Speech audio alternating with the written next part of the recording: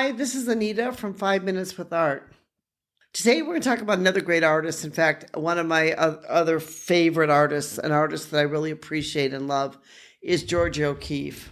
Georgia O'Keeffe is often called the mother of American modernism. One reason why I really relate to Georgia O'Keeffe is she's from Sun Prairie, Wisconsin. She's a Wisconsin girl. I'm a Wisconsin girl. So together we have that in common. From an early age, she had a keen interest in art, often sketching and painting as a child. She had a formal education of art, began at the Art Institute of Chicago in 1905 and later at the Art Students League in New York City. During this time, she began to master traditional realistic techniques. However, feeling constrained by the rigid approach to art, she sought new ways to express herself.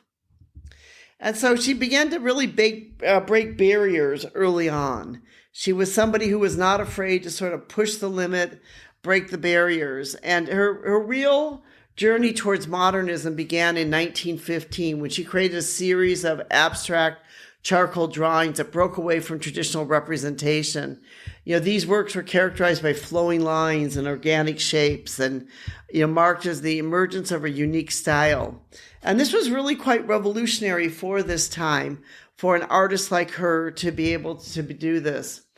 She began to then experiment by the 1920s with color and scale and produced a lot of the great works during this time, like Black Iris, the Three, and the Red Canna. In 1929, she moved to New Mexico. And, New Mexico at this time in 1929 must have been a pretty, maybe not as modern as some of the eastern part of the United States. This trip, her going to New Mexico, profoundly influenced her art and life. Actually, she went to visit on a trip in 1929 in New Mexico and it began to influence her.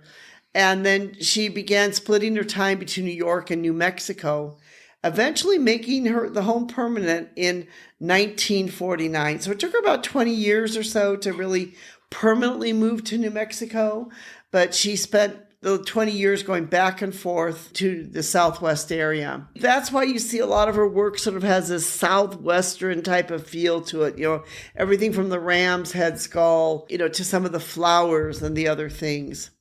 Some of the major themes in her work of art, include things as nature and abstraction. She had deep connection to nature is evident in her work and her love for nature, from flowers to desert landscapes. But at the same time, she'd use vibrant colors and dynamics compositions, changing the natural perspectives, in art. Scale and perspective was another one that she did. She would, use this huge scale of magnifying flowers and bones to these huge monumental proportions she would use in her artwork. She'd use feminism and individuality was one of them too. She often resisted the label as being known as a feminine artist, but her career and her work, there's no doubt about it that Georgia O'Keeffe broke a lot of barriers for women artists. She was navigating a male-dominated art world. She was breaking barriers in art itself and also breaking barriers as a female artist.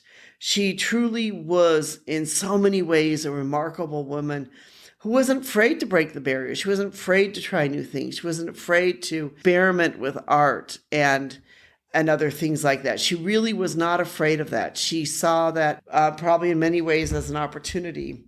If you're ever like in Santa Fe, New Mexico, you can go there and there's a Georgia O'Keeffe Museum, a wonderful museum in Santa Fe, New Mexico. The museum houses over 3,000 pieces, including paintings, drawings, and personal artifacts, and offers a visitors a comprehensive view of her artistic journey.